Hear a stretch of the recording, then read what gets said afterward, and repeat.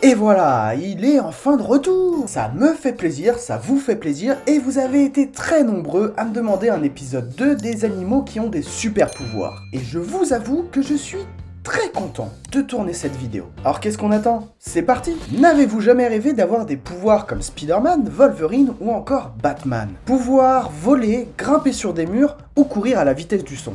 Non? Vous avez jamais rêvé de ça? Oh, faites pas vos petits cachotiers, tout le monde a rêvé de ça, et moi le premier. Eh bien ici, il n'est pas question de super-héros, mais d'animaux. Des animaux avec des super-pouvoirs qui n'ont clairement rien à envier aux super-héros. Bref, rentrons directement dans le vif du sujet avec le premier pouvoir. Et vous allez voir que la nature réserve de belles surprises.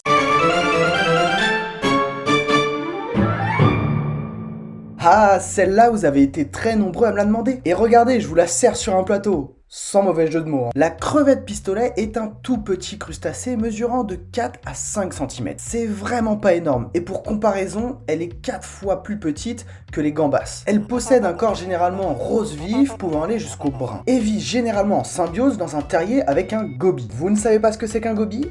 Eh bien, voici à quoi ça ressemble. Bon, revenons à notre crevette pistolet. Elle possède une pince beaucoup plus grosse que l'autre. C'est un peu notre Rafael Nadal en crevette. Sauf qu'elle fait pas de tennis. Et elle se sert de sa pince comme pistolet. Oui, vous avez bien entendu, comme pistolet pour tuer ses proies. Alors, je vais vous expliquer quand même un peu plus en détail. Pour ce faire, elle referme sa pince très rapidement, à plus de 70 km/h. Ouais. Rien que ça. Ce qui permet de chasser brusquement l'eau et de créer une très forte dépression. Et de cette dépression naîtra une bulle de cavitation. En gros, c'est une bulle d'air. Et cette bulle sera brusquement propulsée sur la proie à plus de 100 km/h. C'est pas rapide du tout. Non. Pas du tout. Et dès qu'il y a impact sur la proie, la bulle explose, qui crée un éclair lumineux et un son de 200 décibels. Et oui, j'ai aussi oublié de mentionner que dès que la bulle explose, l'eau autour atteint une chaleur de 4700 degrés. C'est énorme. Et autant dire que sa proie, elle a bouilli. Ah oui, effet étonnant. Si la pince de la crevette pistolet est amenée à être sectionnée, son autre pince évoluera aussitôt et grandira pour devenir un nouveau pistolet. Et c'est juste dingue. Alors par contre, oui, sa pince sectionnée repousse, ne vous inquiétez pas, c'est juste qu'elle deviendra une pince complètement banale. Voilà, c'est tout.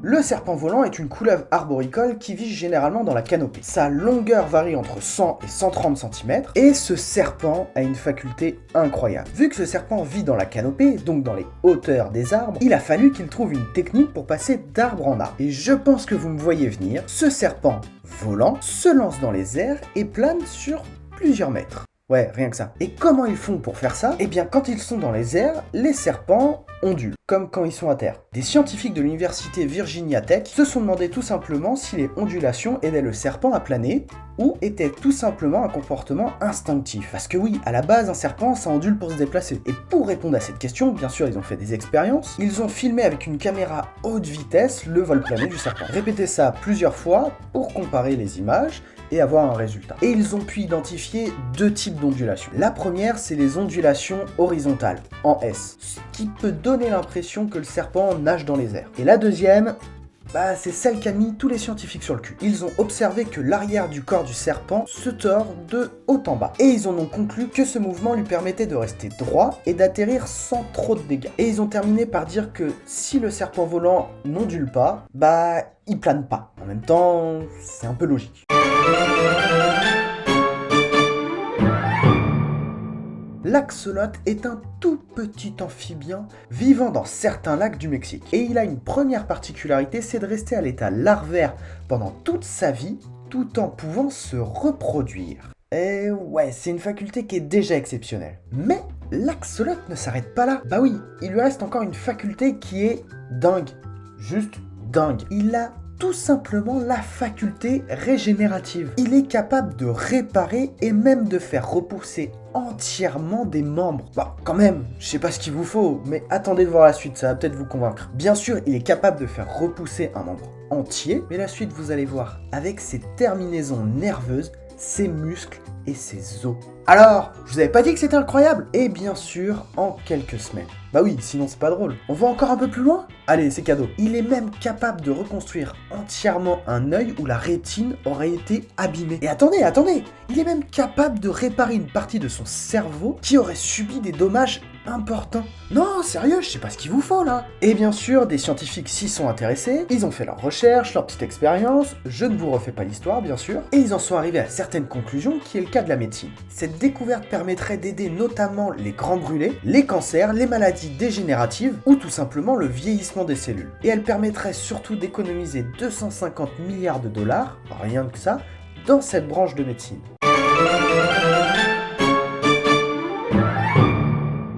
Cette chenille vit principalement dans les pays d'Amérique du Sud, d'Amérique centrale et d'Afrique. Lorsqu'elle se transforme, elle devient un papillon de nuit. Mais sa faculté n'est pas du tout ça. Non.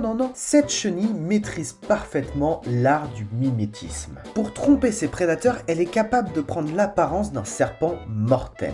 Et ça, c'est juste incroyable. Elle est capable de pousser à l'extrême ce mimétisme pour être la plus convaincante possible. En plus d'imiter les couleurs du serpent, ce qui n'est pas rien, elle est aussi capable de modifier la forme de son corps. Elle transforme sa tête en une véritable tête de reptile couverte d'écailles et aux yeux plutôt effrayant. Et elle pousse le vice à l'extrême, même si elle est inoffensive, elle n'hésite pas à mordre ses prédateurs pour assumer jusqu'au bout son rôle de serpent venimeux. Ce qui veut dire qu'elle rentre même dans la peau d'un serpent.